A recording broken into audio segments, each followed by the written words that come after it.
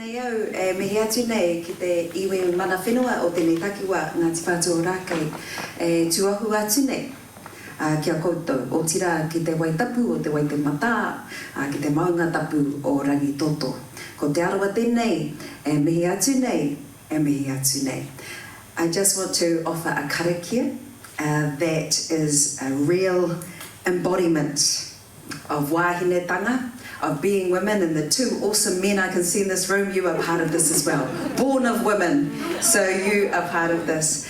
You can stand, you can close your eyes, you can vibe however you want, but what I'd like you to know is that after acknowledging this whare and acknowledging Ngāti Whātua Rākei, the iwi mana whenua, I want to acknowledge the female essence, the power that resides in all of you and all of us, that is from the most deepest and divine, and surrounds us tonight. Karanga, karanga te rangi e tū nei, karanga, karanga te papa e takoto nei, raranga hia mai te ira atua, raranga hia mai tua wāhine, ko hine ahu one, ko hine tītama, ko hine rau whārangi, ko hine te iwa iwa, ko au e tū nei, ko hine I te ata, ko tātou e hui nei. Ue hā tau mai te mauri, hauni e hui e, kai ki e. Mauri ora ki a tātou. Can I get a mauri ora? Mauri ora! Mauri ora ki tō tātou whare, mauri ora ki tō tātou mā reikura. Here she is, everybody. Make some serious noise because you want to. Miriama McDowell.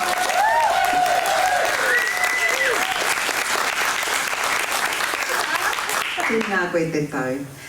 Tēnā, maupea ngā kōrero mō whāki atu. Maybe you'd like to say the first words of how you describe who you are. Nō hea koe. Kia ora tātou. He kumara tūkau tēnei no te māra o Hine Amaru. I tipu ake au, kei raro I te maru o maunga whau.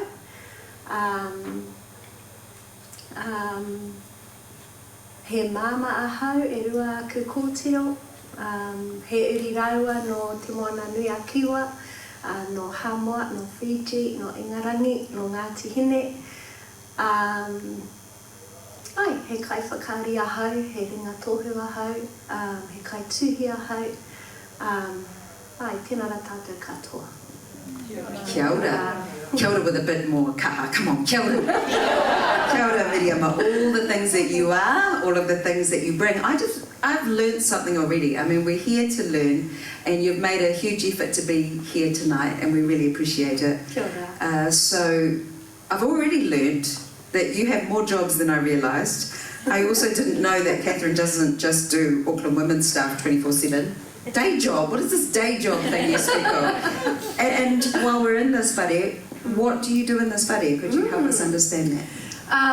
So I work with Catherine with Equity. Equity is the Actors Union. Our work is to make actors' lives better. I love the simplicity of that kaupapa. So I'm on the board as a representative of actors. We work really hard. And we're really passionate about, about the well-being and lifestyles of actors. Can you share with us some of the things that are paramount at the moment that you're working on in Equity? Yeah. One of the major things that we're working on is we're trying to find a way for actors, when productions come to New Zealand, that they have to give a certain percentage of actors' roles to locals. That sounds really obvious, but it doesn't exist in legislation at the moment. It happens in Australia, and what that means is that actors in Australia have life-changing opportunities to work. That does not exist in this country. So that's a major thing that we're trying to push through. We're trying to get, this is a producer-led industry, so that means that producers have the power in New Zealand, and because we don't have power, it just, well, we know what that means when we don't have power. So we're trying to find a way through legislation to give actors more power. So you're in a leadership role there, but you're not tempted to go into what you call that powerful position of being a producer?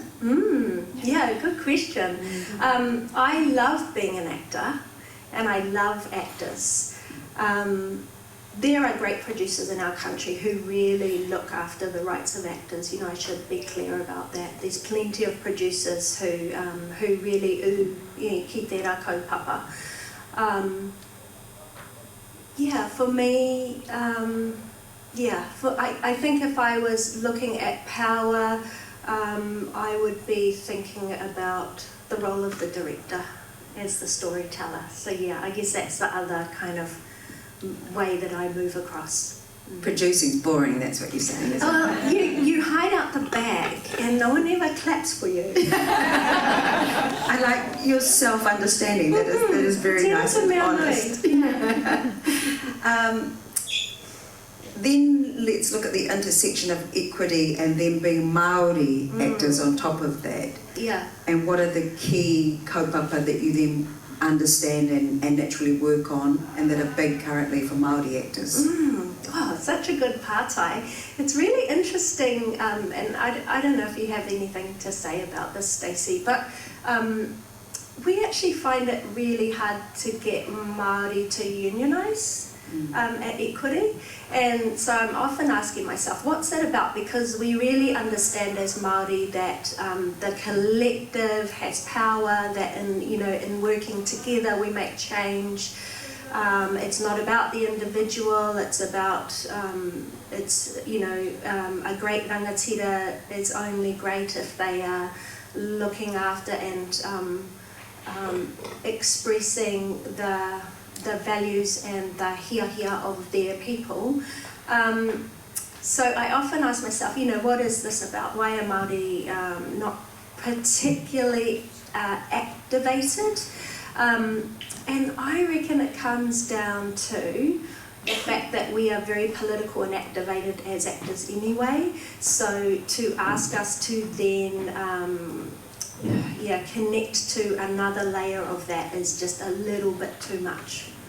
I think about my Māori friends, you included, the amount of boards that we sit on, the amount of whānau hui that we go to, the kaupapa that we align ourselves with. I would say we have really busy lives. Yeah, so there's that to carry, but also at a whānau, hapu and iwi level, the expectation and the responsibility. And I guess that leads into an aspect of your mahi.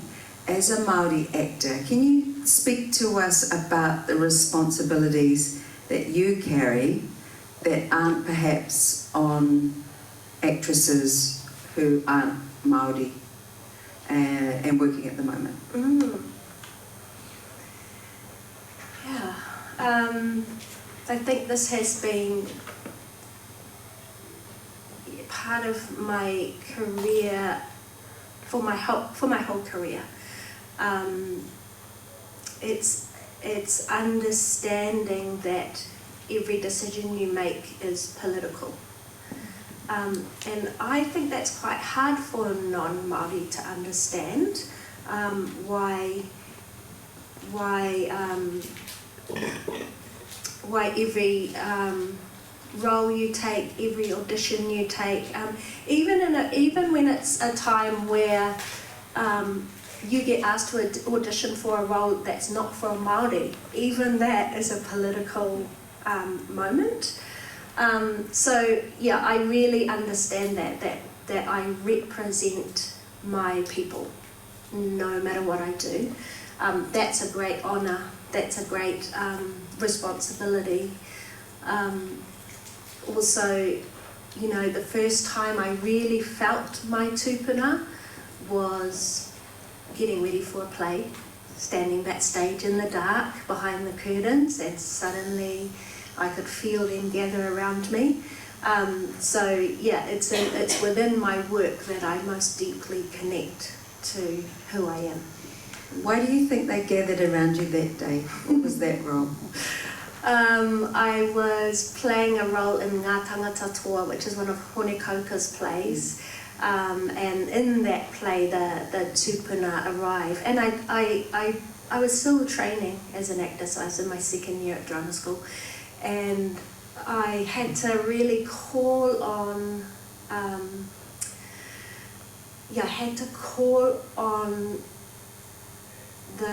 the strength and presence of my tūpuna.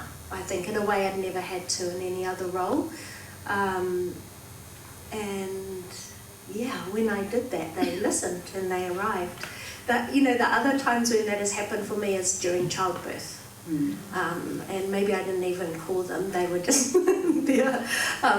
My partner, he really remembers our tūpuna all the time. You know, he's the guy who will say to me, hey, your grandfather visited last night in my dream. And I'll go, oh geez, couldn't he just like hop over the bed to me? I'm only like 5 centimetres away. But he will often say to me, like, you know, when I'm working through a problem, he'll go, just remember, it's not all up to you. Like, you've got your tūpuna there to help you solve that problem or to help you carry that burden. I often forget and I need to be reminded. So lucky me that in my job, they just show up. But as you say, they show up in the heavy gigs, not just for a party, generally. No, they don't show up in the comedy shows, eh? Yeah, not so much. But when you talk about that responsibility as a Māori actor and being very conscious of the roles that you take, has that meant you've had to turn things down? All the time, yeah, all the time. But it's not hard. Yeah, I don't find that aspect of my job hard. I know I know the things that are right, and I know the things that are not right, and that is not a struggle for me. Yeah. So it's never been a hard decision, something you wanted to do, but then you decided you couldn't? Most of the decisions which are to do with kaupapa for me are things like ads. So what brands am I going to represent?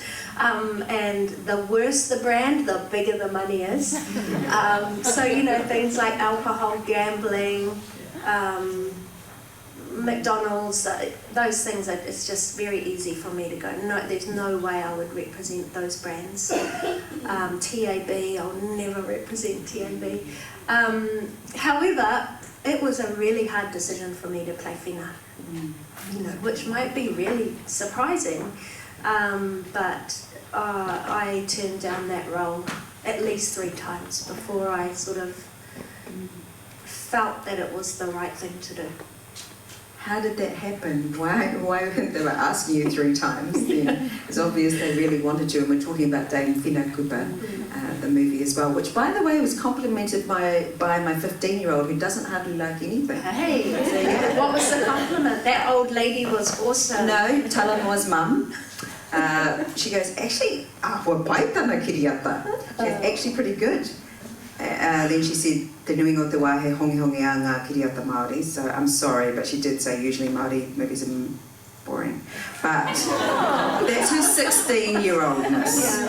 And it's also just sometimes we just, as I say, we don't get to do the party stories all the time. You know, it's Once Were Warriors, it's heavy, it's tūpuna stuff, but she loved it. She thought you were great. She just wanted to clarify that you weren't the queer, that you were younger whina. Thank you. Thank you. Yes. So tell us about those 3 times you turned whina down and how. Yeah, so I was approached by one of the directors who I'd actually worked with on Dark Horse, which was a beautiful film, beautiful experience. And he said, hey, I think you should play whina in this film, and do you want to read the script? And I went away and found out, well, he was a Pākehā man, lovely director. And so straight away I was like, why is this white man directing this film about this incredible woman, Māori woman? And then I found out who the producers were, also led by a Pākehā man, and that the script was, the first version of the script was written by an Englishman, a man of colour, an Englishman. So yeah, it just did not feel like the right thing to do and the right way to tell that story. So I said, oh, thanks, and just kind of avoided him, didn't hand in an audition or anything.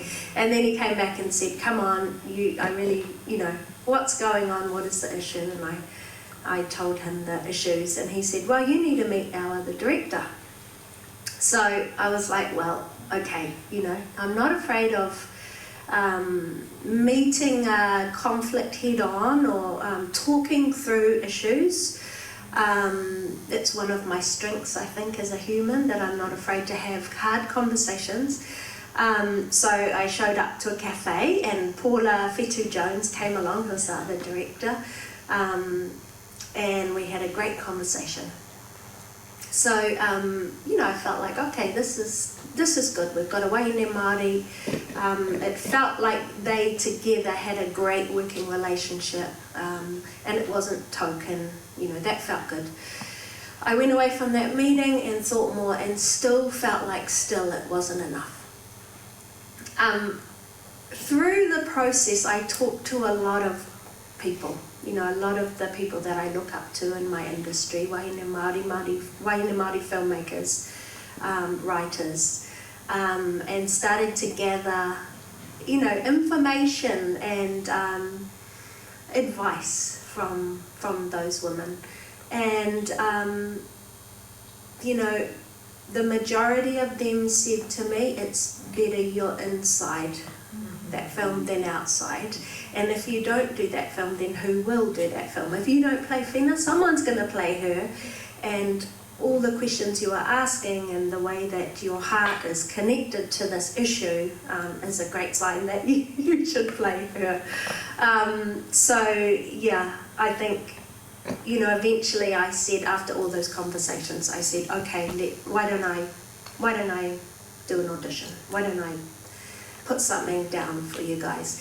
And I don't know how many of you have seen that film, but there's a beautiful speech when she talks at the Māori Women's Welfare League. It's so well written, and the emotional builds, the strength of her character and her mind and her wit is all in this speech. So I kind of, just showed up in a room and did this speech. And something changed then for me, I think, by really, embodying her words and embodying her spirit. I was like, okay, I think I feel okay to take on this role. And then how has Whina kind of given you maybe some tohu or some signs that was right? Oh yeah, I've had lots of beautiful tohu during that process. And that film, playing her that's been the job of my life. Like, never experienced anything like it. The challenge, the joy, the connection to other, to people and history and other artists. One beautiful experience I had was I wanted to embody Catholicism, the ritual of Catholicism, and I haven't grown up as a Catholic, although when I lived in London I used to love going to Catholic churches, and I think that was because there's no ngāhere there's no moana in London, so I wanted a place where I could, connect spiritually in a way that it's easy to do in Aotearoa. So I used to go to church on Sunday quite a lot and just watch the ritual. But anyway, I was like, I need to embody this. So I went to a friend who's an actor, who's also a Catholic, and he's an acting coach. Michael Sasente is his name, and he grew up in New York. He's a New Yorker. Anyway, we had this session together, and he said, hey, I went home and I've got a lot of rosary beads, and I've got 200 sets of rosary beads. I've got a whole wall of them. And I just asked myself, which is the one for Miriama? And this is the one. And he handed me this beautiful set of rosary beads. And I held it in my hand, and he said, this was my grandmother's. These were her rosary beads.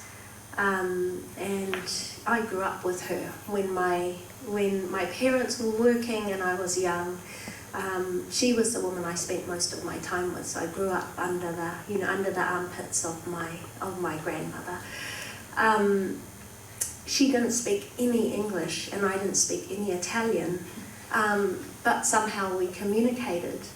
And then there was a time when she had to go to hospital and I had to translate for her, and I realised that actually I could speak Italian, I could speak her language.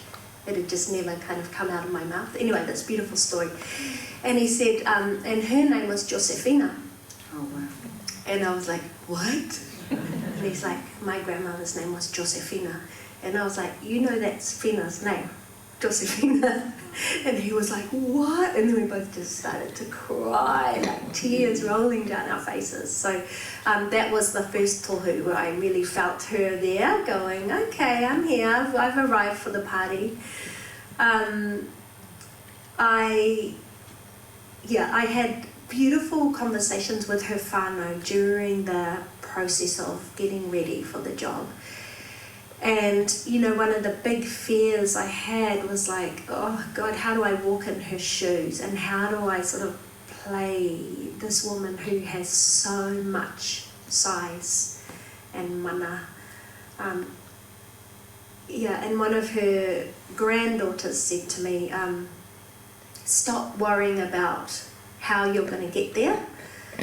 Because that's what I was thinking about, how, you know, I've got this distance to travel before I'll be ready. I'm never going to be ready. And she was like, stop thinking about how far you have to travel and just let her come to you. And that was like that really changed everything for me. It was like, instead of attacking this role, I just went, okay, I'll just wait and she'll arrive. And yeah, she arrived in many different ways during that film, but in that speech, that Māori Women's Welfare League speech, when I watch myself in that scene, don't worry, I don't watch myself all the time. But when I have watched myself in that scene, I do not recognise myself at all. Like the gestures, the physicality, even the voice, it's like I was not there.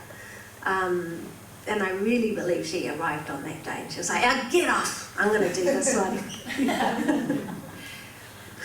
So then, in feeling fearful, but getting there, you embodied an incredible wahine, and in your understanding of her, why is it that she's still the image and the wahine that so many of us turn to? I mean, I noticed last week the Herald had an interactive about whenua land loss and who is the image that they choose. It's Dame Whina. Why is that, now that you know her in the way that you do, through her whānau and through your experiences? I mean, I think that image of her with her granddaughter, you know, the story of that image, talking to her granddaughters. So that was Irene, who was also one of the producers on the film. She was about 3.5, I think, at the time. But actually, the granddaughter who was supposed to start the hikoi with Whina was her older granddaughter, who was about 12 at the time. She was her favourite, and although Irene would not agree, she's like, what is this story? She was supposed to start and walk alongside her, and then she was sick that day. So then Irene was the one who held her hand as they started. And I always think about that, like as a moment in history, that image would not have been the same, you know, if the girl was bigger and, you know, met her at the shoulders. It's just a completely different image. So somehow, you know, everything conspired for us to have that beautiful image of that mokopuna. What was your question? Why is she still this leading light for us? Yeah, so I reckon it's her fearlessness, and it was her fearlessness to not be liked. And, you know, I think all of us can take something from that lesson, that if you truly believe in something and you truly want to fight for something, you have to let go of the idea that everyone will like you. I reckon that's my biggest learning, and probably it's just something about being in my 40s anyway, that you stop worrying so much about that. I reckon my whole life I've been liked. I am a twin, and you know, my dad always said, like, your brother was the only boy, your little sister was the youngest, and your older sister was the eldest, and you had nothing. There was nothing that made you special. So I had to work a lot harder to kind of go, hey, I'm also here. So I reckon that quality for me of being liked has like been part of my whole life. So there's something so freeing. Thank you, my friend Fina, for teaching me that, that if you believe in something, you feel that thing in your gut. Oh, that moment where you're like, I'm going to say something, ooh, and then you fall over, the wave falls. I definitely let that wave crash a lot more than I used to. So you just gave us a little bit of an insight into Miriama, who had nothing, no one liked you. Poor me. So were you a performer as a child? Was that part of the picture? Was it part of the sing, dance, make everyone like you aspect you just mentioned? I reckon I was very charming. I've always been very charming, with not as much skill as my brother. So he was, if anyone was a performer, it was my twin brother. He is an amazing musician, he's a great orator, very good at dancing. I had none of those skills, but I was very charming, so that's how I got it, that's how I got through. My parents always talked about me as being a traveller, like, from the moment I was born, I was always looking outwards into the world. My mother says that I used to sit on the driveway and watch the godwits fly across the sky as they flew away from Aotearoa, and she was always like, oh no, this is my baby who's going to leave, she's going to go far. And when I was 4 years old, I informed my family that I wanted to go on a holiday. I packed my suitcase and I took it to the end of the driveway, and I told them all that I was going on a holiday, and none of them were invited to the holiday. So my parents were like, okay, we'll take you to your godparents' house in Panmure. Lovely place for a holiday. Where we all go for a holiday. Exactly, where we all love to go. So from Mangere Bridge, we went in the car to Panmure. And they let me out with my suitcase, and I went into the room and set up my bed. It was the 80s. In the 80s, cars break down all the time. So they all got back in the car, and on their way home, the car broke down, and they all had to come back. And so I woke up in the middle of the night, and the spare bedroom was my 3 brothers and sisters and my parents all in the room with me. And I was like, how dare you all leave my holiday immediately. This is my resort. Exactly. Oh, that is so cute. By the way, if you're listening, and I always love hearing that, oh, wow. So if questions are coming up in your mind, remember there's an opportunity to write down your questions. We will have a Q&A. I did mean to say as well, there's no live stream, so it's just all about real life. And real life is what you've been sharing with us. I just want to do a quick aside that you're not in social media at the moment, so you're really doing real life. Yeah. How did that happen? Did you mean this mindful choice you've made? I got hacked, people. I got hacked the hell out of the hacked. My Instagram and my Facebook got hacked. And I don't know if it's happened to any of you, but it's like the most awful feeling. It's so violating. And on Instagram, whoever my friend was who took my page, so they also change all your passwords. So when you try and get in, all of your alerts go to them because they've changed, all the pathways to change it back. Anyway, they took my page on Instagram and then started using all my images and advertising different things and posting under my name. I mean, it was outrageous to me, but I mean, it's really normal. It happens all the time.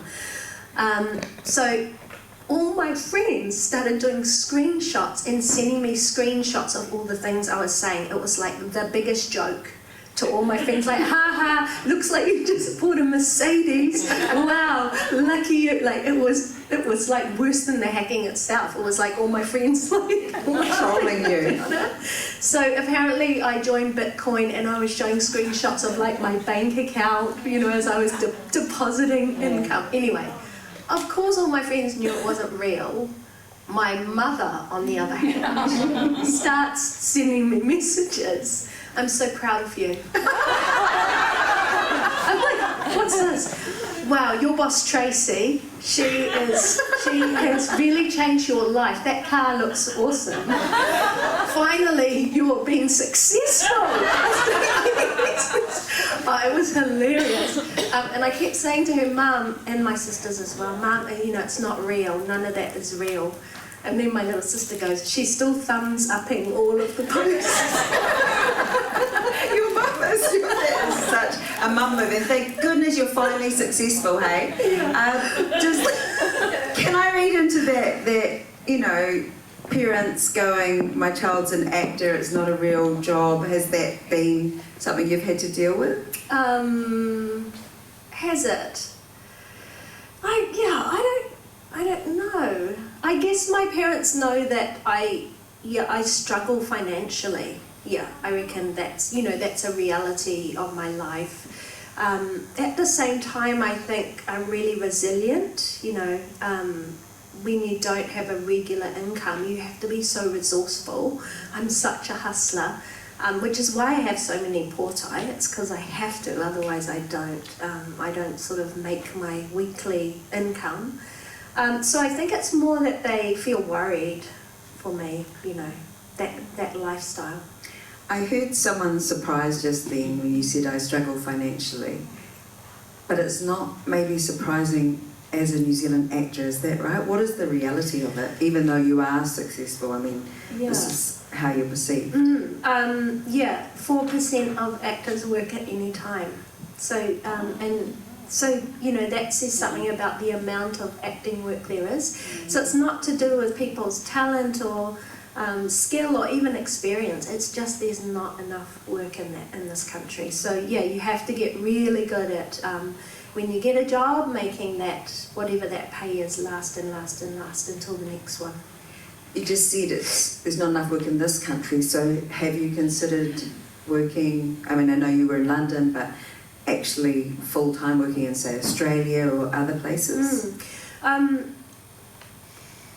Yeah, maybe before kids I'd considered that. Yeah, I'd been to LA and thought about doing a move there.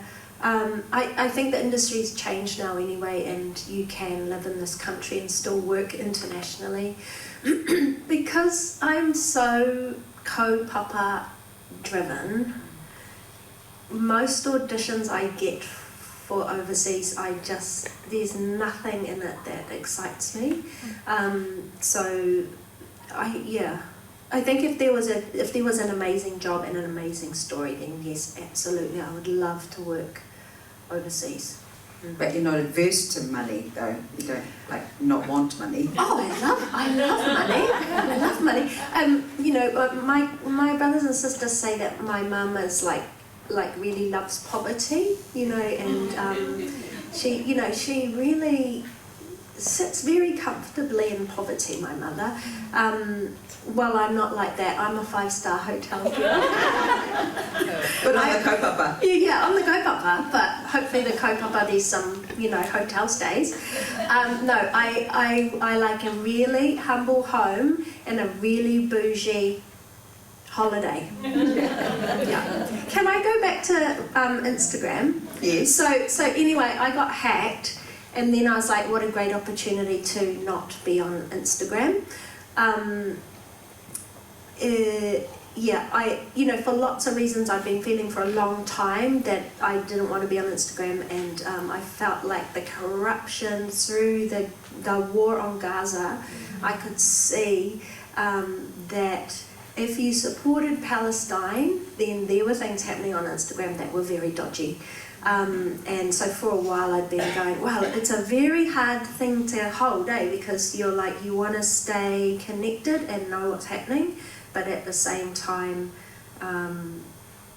there was a real bias, I thought, towards the power of Israel. Yeah, within the algorithms, within things being hidden. Blacking out, all of that, For sure. Yeah. So now being outside of social media, what have you noticed? How does that impact your feelings, your thoughts, your time? I think like the thing that I miss most is staying connected to Māori issues. That was very easy on Instagram. It was there every day. So it's made me have to be much more, mindful about how I get information, which has been like amazing, so I now, subscribe to Substack. I have changed my radio station to Radio Wātea instead of national radio, so whenever I go anywhere I'm like, it's just a different lens.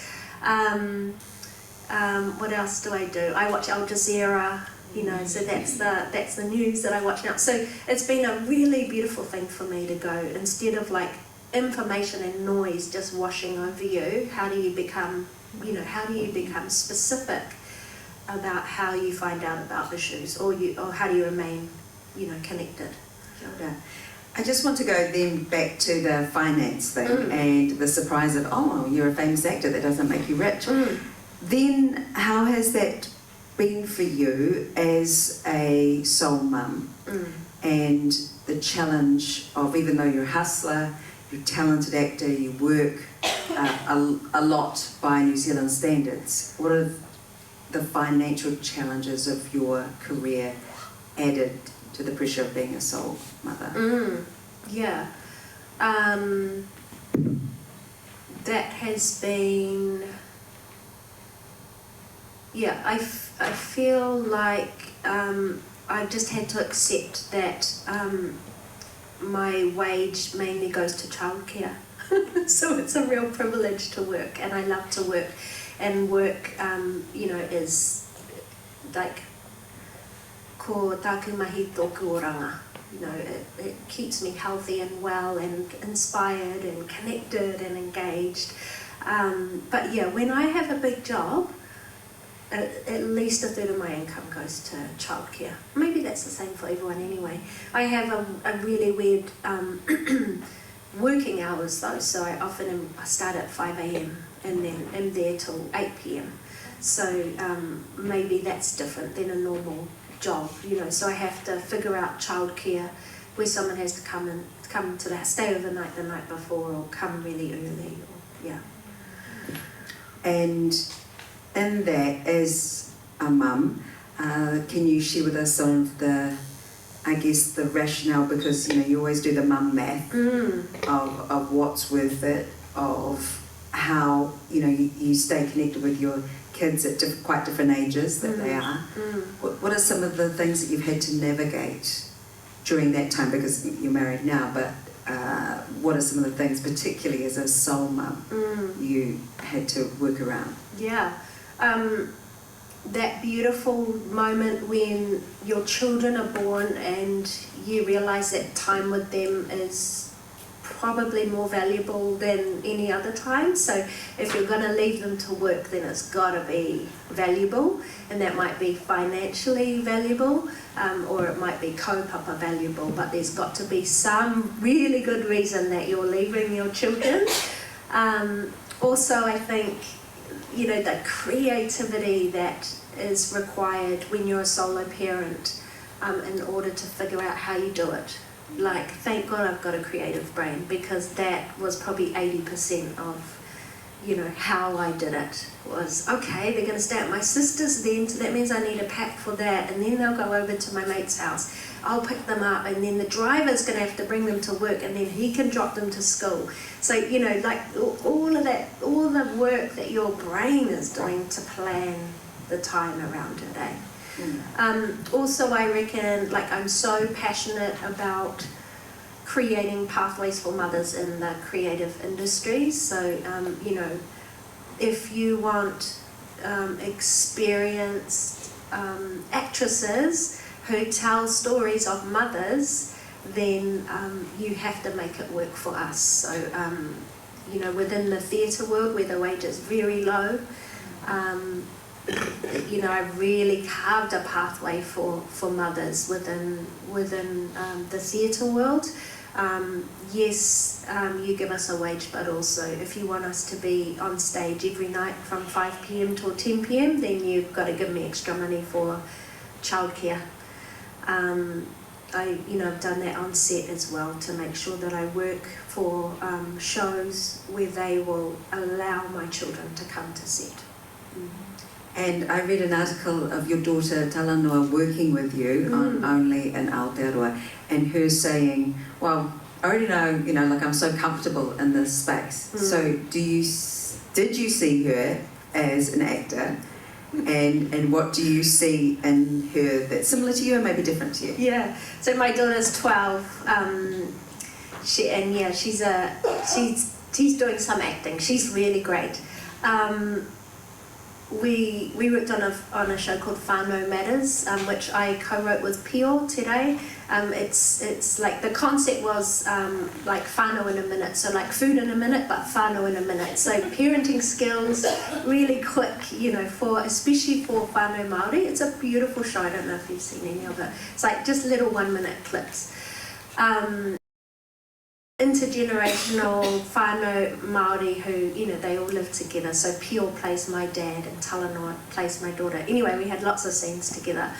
And what I love about working with her is that when we're in a scene, as actors, you say yes to every offer that the other actor makes, right? So it's the only time in my relationship with her where I make an offer and she accepts it. And I'm like, what is this? I just want to be in this scene forever. So that's been a beautiful joy. But she can't tween you. No, she can't, because the camera's rolling and gosh, yeah, the way that actors work, and for some reason she knows this, is you just open up, and you open up and open up and open up in a scene. So to have that experience with my daughter, where instead of shutting down and shutting me down, she just lets me go deeper and deeper into my connection with her. Oh, it's the best. It's like a little life hack. Make all your children actors. Make them be fake in front of other people. Yeah, no, I've had that experience, that's why I say that too. Yeah, it's true. Yeah. When you were talking about that juggle that I feel that people can relate to, when you're calculating, okay, well my sister can have it then we go overnight in the driving, that is a lot of mental load. How do you ensure that doesn't drain your creativity? Yeah, that's tough, eh? I think it's because it's because being an actor, being creative feeds me, so it's not draining me. So I always go to work going, oh, what's gonna feed me today? What is the kai today? And it's kind of, I think it's strange when you're not an actor, but when you do work that is heavy or emotional, or you know that you're going to go to work today and I'm going to do the scene where I wake up and find out my kids were killed, and I'm going to remember it, and you're going to see me in my face as I remember. Actually for me that's like kai. It's like I go towards it. I don't, it's not scary. It's like, oh my gosh, how deep am I going to go? How deep am I going to go into my emotions and my wairua today? How far can I let myself go? So yeah, it's the best. Well, we're also very fortunate that you're willing to share with us some of your mahi pretty soon, about 5 minutes worth of one of the shows that you're working on at the moment, so we can look forward to that.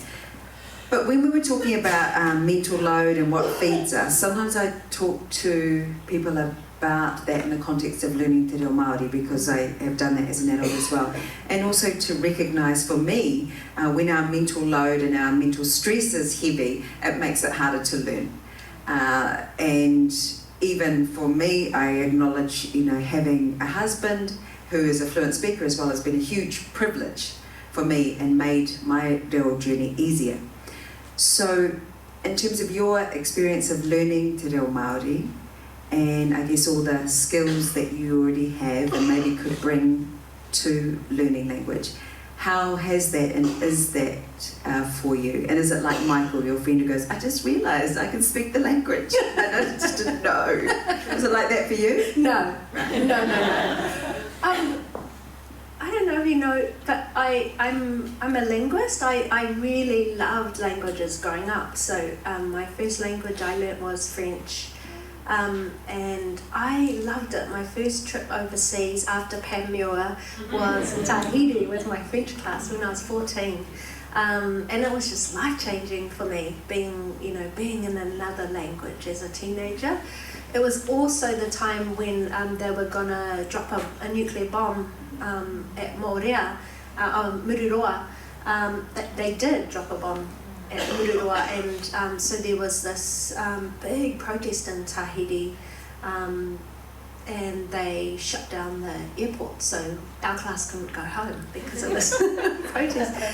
So for lots of reasons it was a very big moment in my life.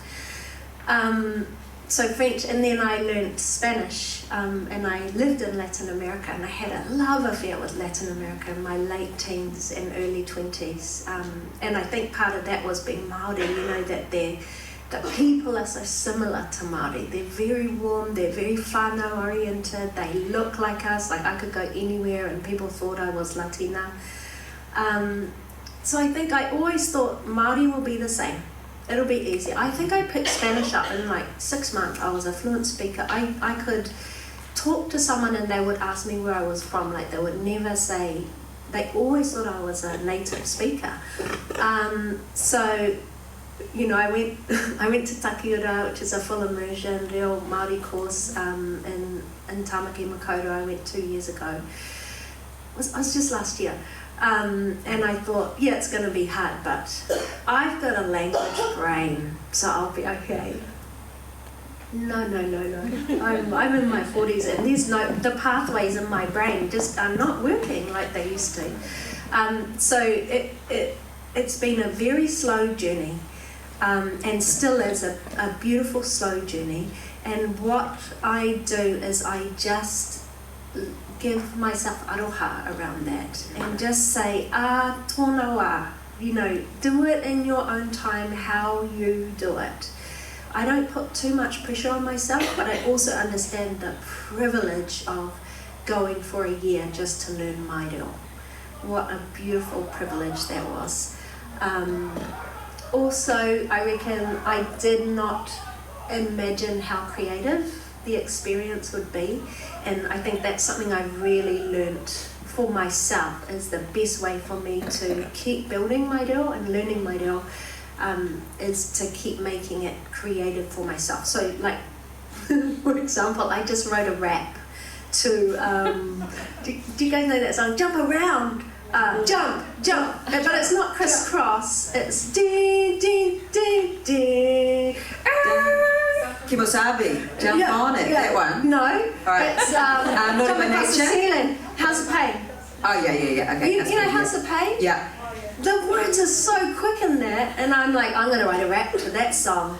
So I wrote this rap, which is like a whittle that a character does before they fight. Kia wiri, kia mai, me tima tatatau, ko mō raki au, ko mai ahu toku prau, ka mate ururoa, ko ai te tino toa, no reira no mai wheke mihi atu ki te pō. And it goes on and on. So, that has been a learning for me. Like, if I can make it fun, then I will keep learning. I'll keep learning the language structures. I'll remember, like I literally, the best reo I remember is lines that I did in whenga. And I'll go, how do I do that? And I'll hear her voice and I'll go, oh, I raro iho. Yeah. So, if someone said to you, why did you go and dedicate a year to learning te reo Māori? How to whakautu? What's your answer to that?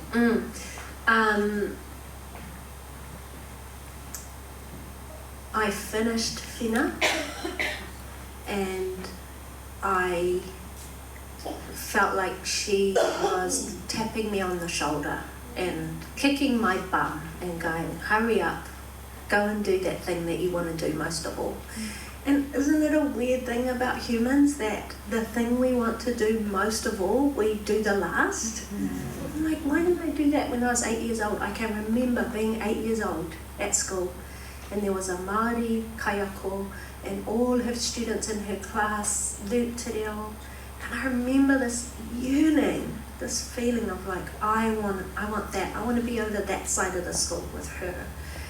And, you know, it's deeply sad and deeply beautiful that, you know, that finally I arrived to probably one of my first yearnings. It took me that long, almost 40 years. Yet you've changed the script, just to have a pun in there, for your kōrero, right? The story of them and their reo is different. How did you do that? I knew that I wanted my kids to, I wanted it to be easier for my kids. I wanted them to have the reo from the minute they started school, and for that to be a journey that I could support but not lead. So yeah, how lucky am I that was an opportunity, that was a possibility for my daughters. So they both have gone through bilingual education. They started at Te Puna ko Hunga Hunga ki Maunga Whau, which is also where I went to kohanga, and my kids go there, which is amazing. Sometimes I would drop them off to school and there's a rākau there that is, the light hits the road, and I literally have a memory from when I was 4. It's still exactly the same. And then they went to Arawa at Newton, so still bilingual pathway. And now Talanoa is at Pasadena in full immersion. Yeah. So what are those moments where you feel like the healing in terms of te reo Māori is happening within you? So when I went to Takiura, Hero was starting at Arawa and Talanoa was starting at Pasadena. So we're all starting school on the same day. Talanoa, through that year, you know, you do the parent-teacher interviews, but they're student-led, and so Talanoa does it all completely in te reo. And so I have to kind of like prepare myself for this hui. But yeah, those moments for me, there's nothing like those moments where you hear your child just brrrr, and I'm just trying to stay caught up. It's also very funny because I always try to stay in te reo as well in those uiui, and she literally cringes when I'm talking. So it's like the kaiako's there and she's there and I'm trying to get the sentence out with the right grammar and she's just like...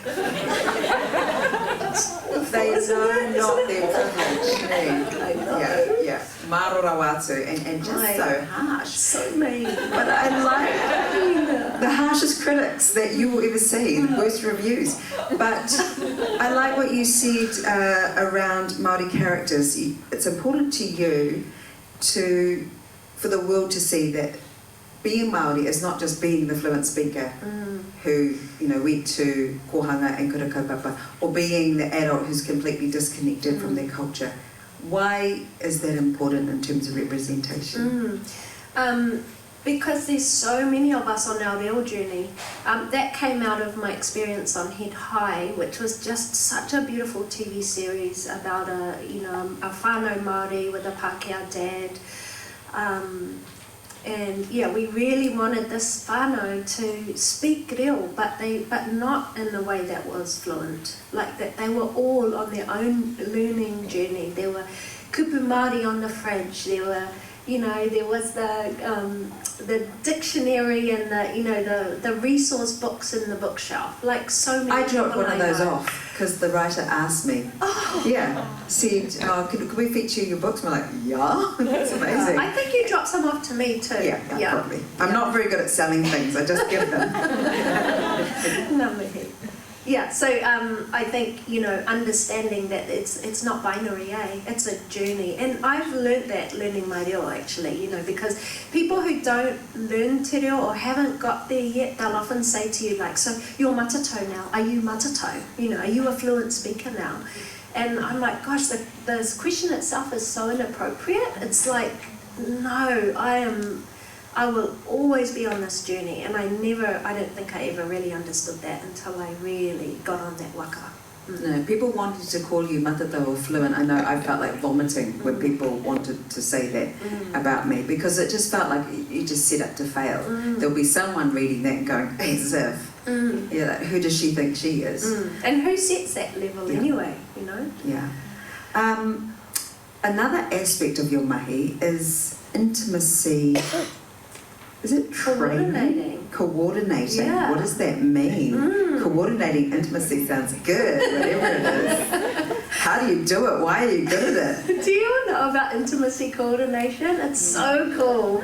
So it sort of came out of the Me Too as a response to the Me Too movement after Harvey Weinstein, where it was suddenly very clear that there was a power imbalance in storytelling and film, TV, and also theatre. It sort of all happened very quickly at different places in the world, where there started to be a call for someone to hold the intimate work, someone to be there to look after the intimate work so that the actor could do it while still feeling safe. So along with Tiata Mira, Jennifer Wood-Leland and Tandy Wright, we trained with a UK intimacy trainer, and it was actually set up by Equity, so we got to train with this woman. So we worked like a stunt coordinator, we choreographed the intimate scenes. And we often work alongside a stunt coordinator too, because often intimate, if there's non-consensual intimate scenes, then you need an intimacy coordinator and a stunt coordinator. It is the most amazing work. It's so beautiful because you're empowering actors, you're giving actors power. You're also helping directors to meet their vision in a way that, that often they're too scared to ask for the thing they want to see because they're so worried about the actors or it being dodgy or it being wrong to ask for this thing that they want. So you have this beautiful space where you're spanning the work of the actor and the safety of the actor and also the dreams of the director. Often people assume that intimacy work, you're like the sex police. You go in there and you're like, no, don't put your hand there. No, we're not doing that. But it's actually the opposite. Like our job is, it really empowers actors to really get into the detail of things, of a moment of sex, or even of a kiss. Like the detail you can add to a kiss. In the script they kiss. And the way that you're giving a framework so that actors can go, okay, so we talk about like the length of the kiss, the pressure of the kiss, like we have a scale, like is it 1 to 5, or we'll talk about, is it a feather-like kiss, is it a muscular kiss, is it what's another one? There's muscular, there's feather. Yeah, so it's right. And that is also part of the mahi, is like inviting actors to talk about their experiences, which often aren't great, so that we can move forward. You know, so there's healing in that, and that's a beautiful space to sit in as a creative person, you know, to be able to hold space for people when they want to talk about something that didn't go right. It's also really weird and really funny. You know, the conversations that intimacy coordinators have with each other, because the work is so new, you know, it's under 5 years that this work has been happening. A lot of the work is about sharing your experiences. You know, this happened on set today, I didn't anticipate this. How would you manage this? So the detail that we talk about as intimacy coordinators, you know, I'll go, it'll be something like, I'm in the middle of a cunnilingus scene. What would you use if the you know, what would you use for a cushion to put in between? Oh, I'd get a yoga mat and I'd stick it on with some gaffer tape, you know. So the things you were talking about, it's hilarious. Yeah. What did you do at work today, Mum? Yeah. Cool. Well, actually taking it to a creative place, does this feel like the right time to maybe share with us some of your mahi? Yeah. Cool. Yeah. Okay, so can you give us the context? Like, do you need to do anything? Like, do you need to go into a zone, or? Yeah, I'm going to emerge from behind the black curtains. A single spotlight is going to fall from the ceiling. No. I'll just tell you about this show. So at Takiura, one of the things you have to do is every 3 weeks you do a speech. It starts as 8 minutes, and I can remember those 8 minutes. I was like, there's no way I'm ever going to be able to remember all the kupu. I'll never be able to do this. Every 3 weeks the speech gets longer and longer, and by the end of the year you do a 1 hour speech. So when you first go to the kura and they tell you that, it's like you can't imagine, like when as adults do we ever speak for an hour? I mean tonight, obviously, but you know, most people don't speak for an hour non-stop. So how magical it is to watch your classmates go through that journey and actually, you know, stand at the end and achieve that. Anyway, I wrote a theatre show as my 1 hour speech. Of course I did. Yeah. And I invited everyone to a theatre, to Te Po out west, and I performed a theatre show for an hour. Imagine everyone else in the class was like, oh, great. No, they loved it. They loved it. It's like getting out of the classroom, let's go on a trip. Anyway, you're right. So my play is about my experience as a twin. And ko te kupu Māori mo twin is mahanga, he mahanga ahau. And so I've done lots of research into pūrākau around twins in Te Ao Māori, and also the relationship of, you know, to ngā mata e rua, ngā taha e rua, so that the sort of the idea of twin sides in Te Ao Māori, so not just twins themselves, but light and dark, or Te Ao Marama me te pō. So it's a beautiful sort of journey of research. I'm not particularly a researcher, you know, I like a quick fix. I like to just get out there and, you know, ninja bomb, do the rap, and everyone laughs. So it's been a good experience and challenge for me to go deep, deep, deep. So one of the things in the show is, like, through the show I talk about what it's like to be a twin and my experience with my brother. So this is the beginning of the show. One of the things I learned is that in Te Ao Māori, the tuakana, so the eldest, is actually the one who comes out second.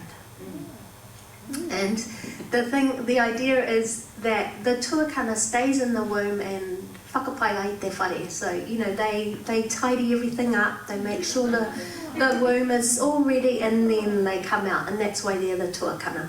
So my brother he was born second, so our whole lives I've always been like, I'm the eldest, and then I learned that and I was like, fuck. Of course he is the tuakana, he's always been the tuakana. So this is the story. What do you want me to tell you what the story is, or do you want to see if you kind of get it? It's all in te reo. What would you like? Do you want me to kind of give you the basics of what the story is? Hints. Okay, some hints. So, okay. Try to laugh when I laugh. Yeah. Stacey comes to every show. And she laughs in all the right places. Okay, so maybe I'll do it like a reo class. How many of you are learning te reo? Hands up. Awesome. Ka mau te wihi. So maybe I'll give you some kupu, so you can listen out for these kupus. So mahanga is twin. Matawai is ultrasound.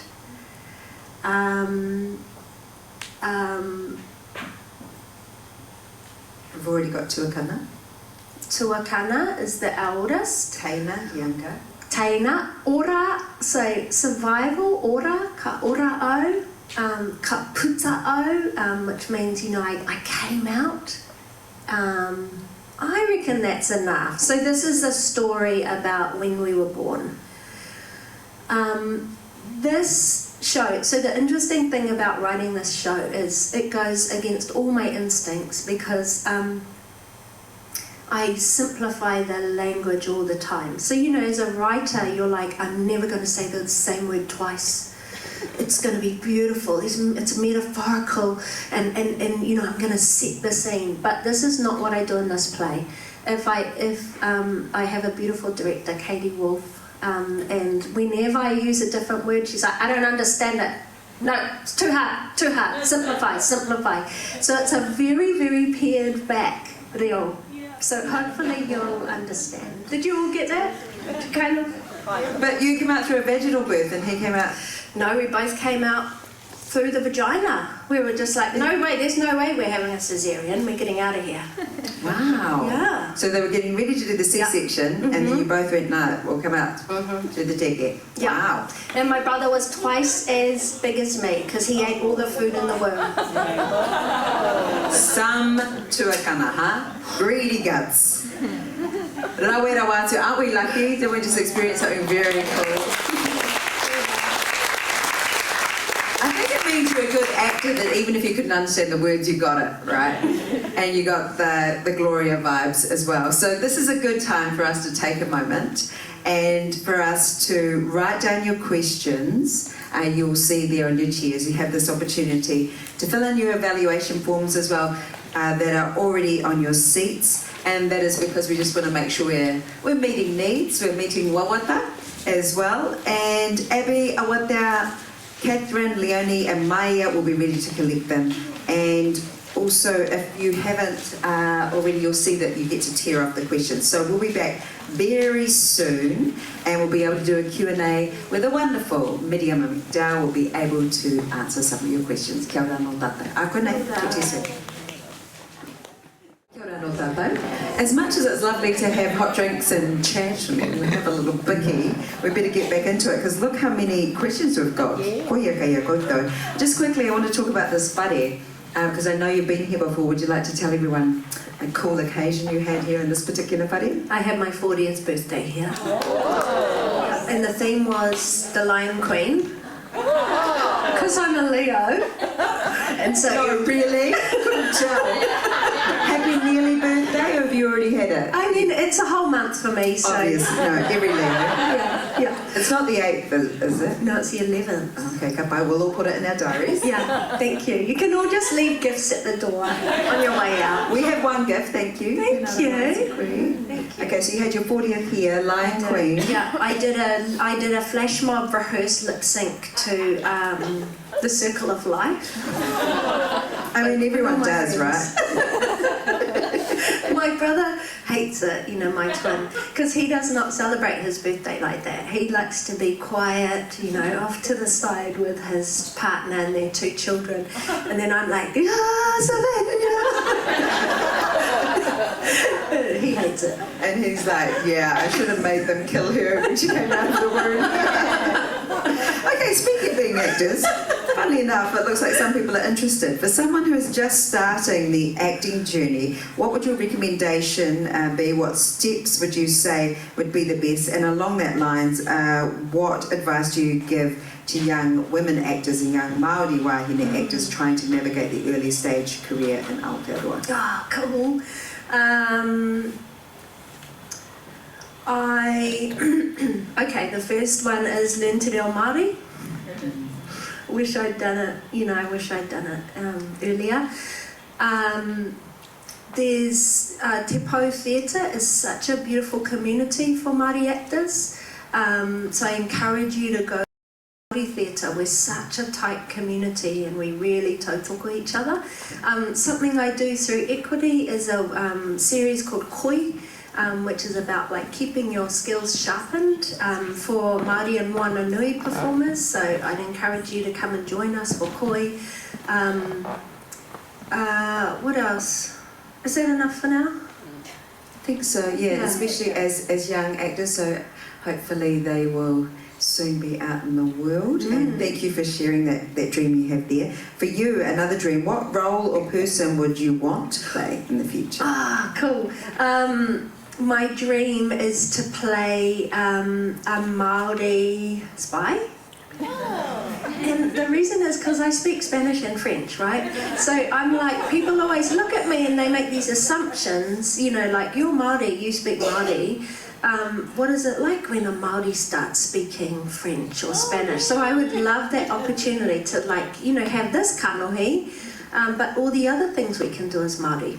Yeah, and every spy can speak lots of languages. That's the best. Yeah. Mission Impossible. What can audiences do to support Māori actors and actresses and creatives? Anything other than engaging and watching?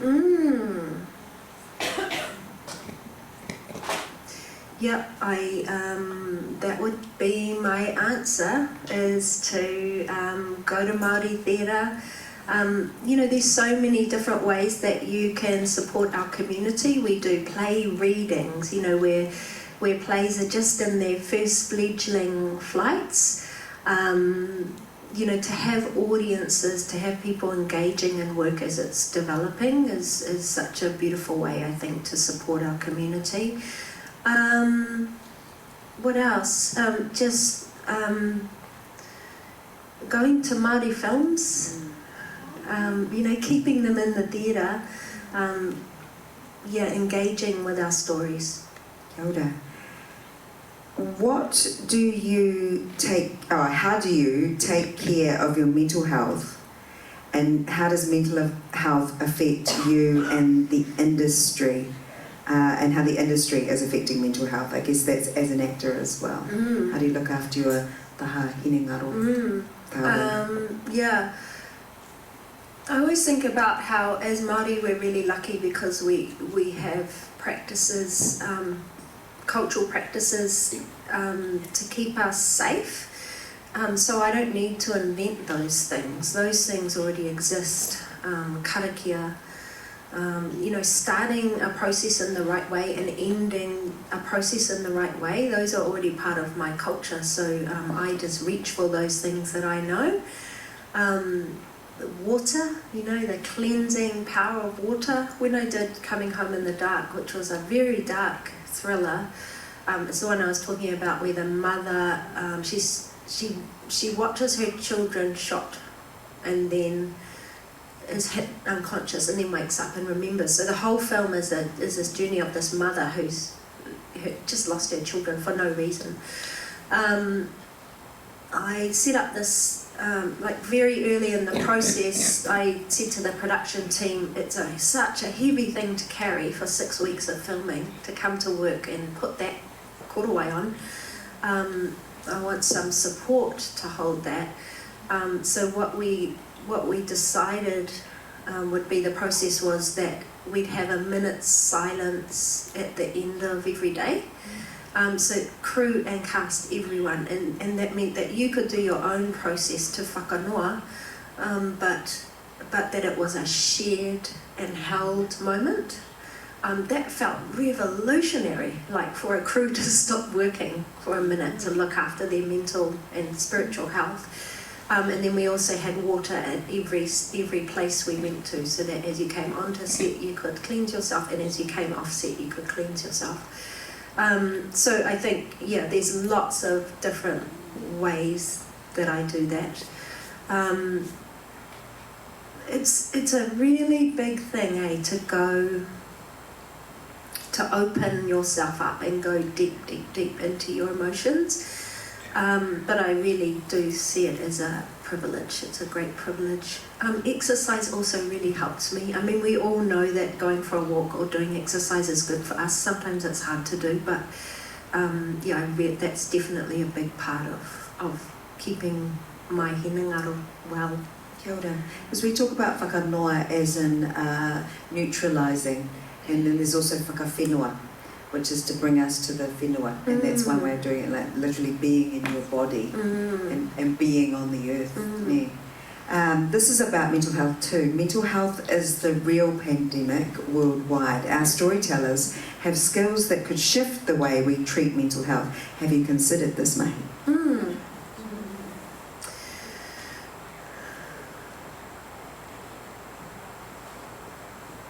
Yeah.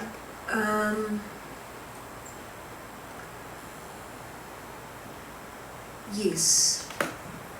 Just wondering how to answer this question. I really believe that the reason stories and storytelling are so important is because it's the most ancient way that we connect with each other, and especially now we're all just desperately finding ways to connect with each other because we're so disconnected. So yes, I understand that my job is so important because it is a way for people to arrive and connect with each other, connect with others and with each other. Although I may not work specifically in a mental health field, I think, part of my work as a storyteller is holding other people, in a process, especially as a director and an intimacy coordinator. I think I do that a lot. It's like really kind of understanding what people bring and understanding how to hold them as they bring these stories with them. So effectively you are doing that, Mahi, from what I can see. This is a good one. Looking at this current government, how are your professional communities feeling about its anti-Māori policies? We'll just go with the anti-Māori ones for now. Yeah. How do we feel? We feel, I loved what Wasi Shortland said around Waitangi Day, where he said, thank you to this government who is connecting and bringing together Māori like they have never been brought together before. Thanks for doing that for us. I think, one of the big things when I was playing Whina, when people would come and watch that film, the feedback we often got from Māori was, it's reminded me that I need to work harder for my people. It's reminded me of all the work I can do every day to, whakamana te mana Māori.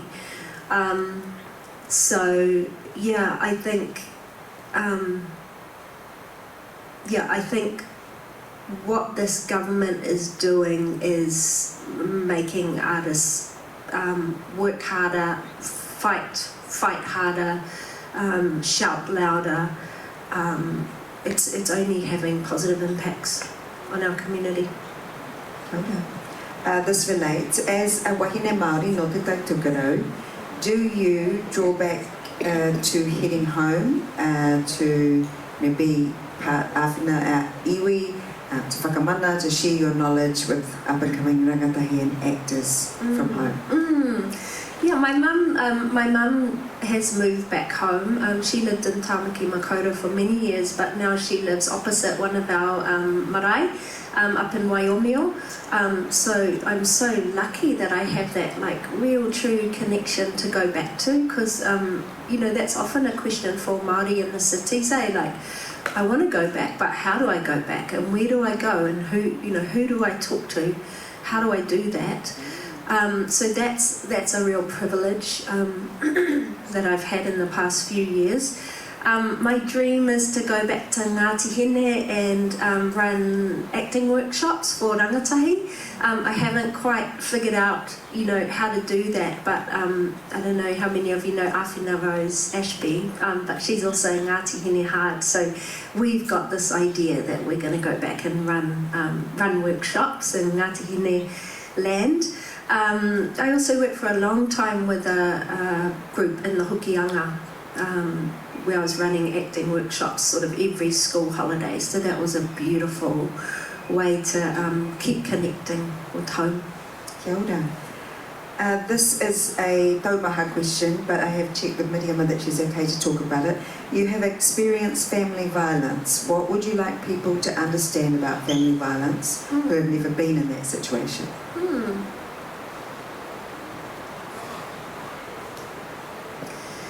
Yes.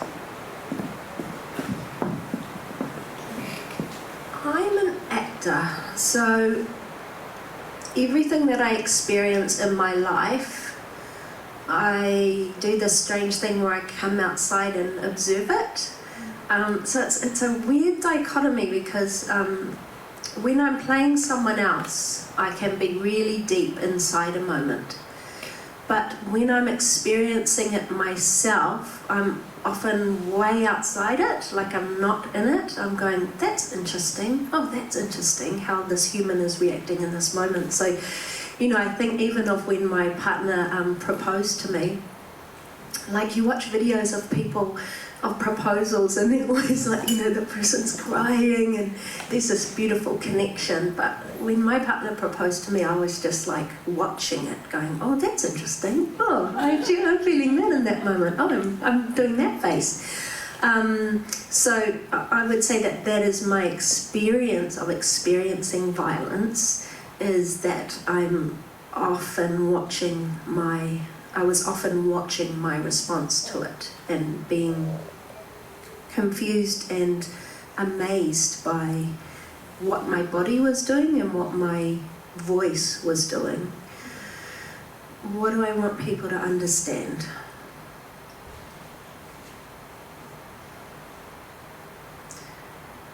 It was something I learned at the Women's Centre, actually. In a very low point in my relationship, a past relationship, where I went to the Women's Centre for therapy, for help, because I couldn't afford therapy, and the Women's Centre offered, you know, very low cost therapy, so it was a real lifeline for me at that time. And I remember the therapist, I had this moment where I said to her, I had a chance to leave and I didn't. And now I feel like the moment's over and it'll never come back again. And I've lost the moment. You know, I knew it was the moment and I didn't do it. And she said to me, the door will open again and one day you will step through it. And that was enough for me to have enough courage. Just, courage without pressure. One day the door will open and you'll step through it. Yeah. Kia ora, tēnā koe. This question is similar. When you were a solo mum, you experienced discrimination. What do you think needs to change for solo or sole mothers? Yeah. I had this experience where I was looking for somewhere to live with my daughter. She was about 4 at the time, and I couldn't find a home. I could not find someone to rent me a house. And I was sort of amazed because I've grown up in quite privileged, middle class. I couldn't believe that no one would give me a house. And I literally had a landlord say to me, "Oh, we don't give houses to solo mums because they have parties." And I was like, wow. The discrimination. What was the question? What needs to change for solo mums?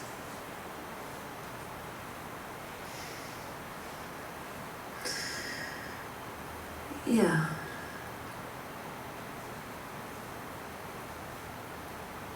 What needs to change for solo mums? Yeah, it's not about solo mums, is it? It's about the way that communities wrap around solo parents, I think, and support them. How are all the different ways that we can create support for solo parents? I know the Women's Centre runs a group for solo parents, and there's someone at my school, at my daughter's school, who goes to that group, and it's a real po for her. When I was a solo mum, 2 years in a row on Mother's Day, one of my friends, different friends each year, sent me a gift, so a massage voucher one year and something else the next year. And it was this incredible moment of kindness where I felt really seen, and I felt like I wasn't alone. And I think one of the big things about being a solo parent is that all of the work is unseen, you know. So you're just working so hard all the time, and you're also, you know, it's invisible in a way. So to be seen in that way was like very, very significant for me. And so now every Mother's Day I do that for a different solo parent. And this year it was my friend from school, and I paid for a cleaner to go to her house and clean her house. So I think that thing of like really seeing, you know, I can really see solo parents. I can really see how much work it is, how hard it is to get to school every day, all the things that they achieve on their own. So yeah, what are all the ways that we can support those people? Kia ora. And we nearly got through all the questions, but I'll make this the last one. You said you feel the wave where you have to speak on a certain kaupapa. What is an example, and what is worth losing being liked for? I'm trying to remember the recent one. Oh, what was it? I can't remember, but it's often Māori issues. That is the time when something happens in my gut and I feel like I have to say something. It's often in creative spaces, and it's with very, very well-meaning Pākehā artists who feel like they're saying the right things and doing the right things. And it's often moments where I say you're not taking care of Māori interests or mana Māori, and I have to speak in this moment and say why. I have those conversations more and more and more, and they become less scary as time goes on. Do you have them? Oh yeah. Yeah. Yeah. It's an out-of-body experience, and my queer was well known for sitting male speakers down. Because that's what wahine can do, right? So one of the things you think, you just stand up and do a waiata, how lovely, but sometimes you pointedly do a waiata. And stop. Yeah, my queer would do that. Yeah. Wow. Yeah. So famously at Sir Howard Morrison's tangi, and one of her whanaunga was going on, and so she got up and started doing the waiata, and he goes, "I haven't finished yet." She goes, "Yes, you have." Yeah. So started the waiata, and that's when that happens to me. Sometimes I feel like, oh, here she goes. She's pulling me up. Yeah. So maramana. Okay. I see we have 3 minutes left, so I'll ask one of these last questions. Thank you for sharing your whakaaro with regards to the role of Dame Whina. He pātai tāku. Aroha mai, I haven't seen the kiriata yet. But how and what did you imbue into the role regarding the mahi sacrifice build of the whare when Whina travelled in the country beforehand to get and attain the support of te iwi Māori? What did you imbue into the role? Because you talked about how you felt that Whina came to you, but what do you know that you brought? It was a really interesting experience, and it was probably, one of the things that I had real fear around playing that role, was that I know that my strength as an actor is my vulnerability. You know, I'm very good at showing the softness in a character and the fear. And every story I heard about Whina was, you know, there's just no cracks, there's no fear, there was no doubt. So the first time we did a read-through of the film, I just played it like that, no doubt. And the directors afterwards said, what was that? And I was like, well, she just always knew the answers. She just, you know, there was, and they were like, no, like if we really want to understand this human being, we have to see the moments when she didn't know. So I think, yeah, that was what I brought to it, was, yeah, like really seeing and feeling the moments when it was hard, when she was unliked, when she got kicked out of, you know, her father's church that he built, because she'd started, you know, bringing carvers to the north. And gosh, some of those moments were just amazing for me, to feel the emotions rolling through the body and then coming up. So yeah, that was my koha to her, I guess, was like showing another side of her that many people didn't get the privilege to see. Yo, e whakarongo ana ki a koe, you know, when I listen to you saying that, I think about how many times I've seen you on stage, on screen, and a lot of the time for me, I mean, we just saw your physicality and how well you can own a stage and a space, but it's actually often your eyes. Yeah, it's your eyes and your stillness and something, I guess, timeless in your eyes and vulnerable and deep, and that's when you've made me cry the most. Yeah, it's just something wide-eyed and young, I guess, inside you. So, tēnā rawa atu koe. No tātou te waimari, aren't we lucky? Aren't we lucky for what Miriama has generously shared tonight?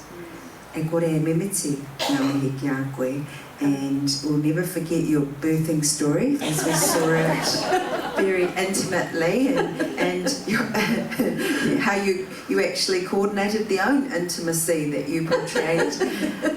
But thank you for everything you brought into this space. First of all, can we please put our hands together and appreciate it?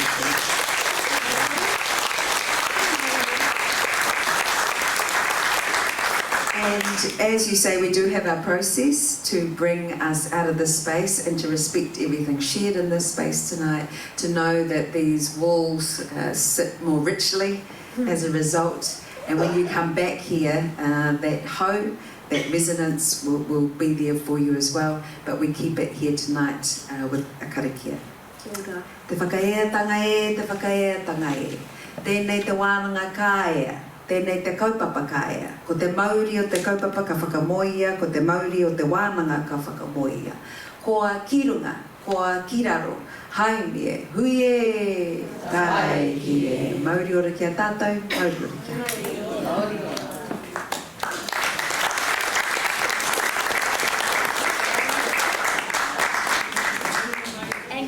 Put our hands together one last time for Stacey as well.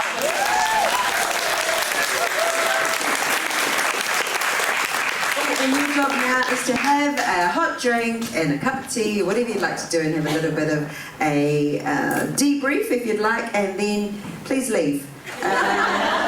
Because everyone is a big night, but thank you so much for coming. Thank you for all your time and effort and your care for the kaupapa. But please do have a drink and a cup of tea, and ka tahi ka haere tātou. Kia ora. Thank you. Kia ora.